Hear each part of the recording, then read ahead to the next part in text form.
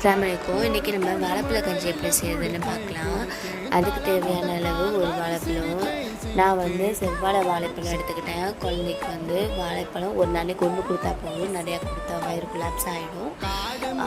நான் 1.5 வயசு என் பையனுக்கு. நீங்கள் 1 வயசுக்கு மேலேயோ இல்லை 1 வயசுக்கு 8 மாதம் 9 மாதத்துக்கு கொடுக்கலாம். வாழைப்பழம் ரொம்ப நல்லது உடம்புக்கு, ஹெல்த்தியும் கூட. வாழைப்பழத்தை நம்ம பீஸ் போட்ட வாழைப்பழத்தை நல்லா நெச்சு எடுத்துக்கலாம். அப்புறம் கடாயில் 1 ஸ்பூன் ரவா போட்டு தேவையான மட்டும் தண்ணி ஊற்றி நல்லா கிண்டிக்கலாம்.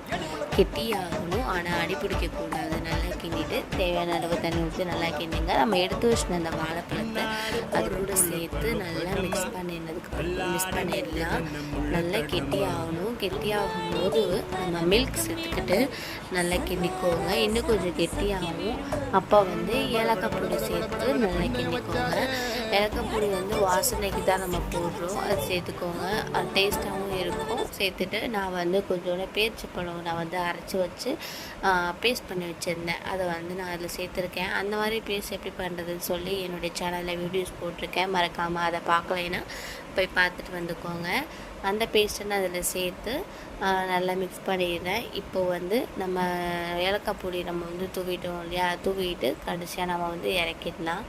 இந்த மாதிரி videos, baby recipe and family recipes பார்க்கறதுக்காக என்னுடைய சேனலை சப்ஸ்கிரைப் பண்ணி வச்சுக்கோங்க. மறக்காமல் பெல் ஐக்கானை கிளிக் பண்ணிக்கோங்க. அடுத்த வீடியோஸோடு இன்னும் நான் சந்திக்கிறேன்.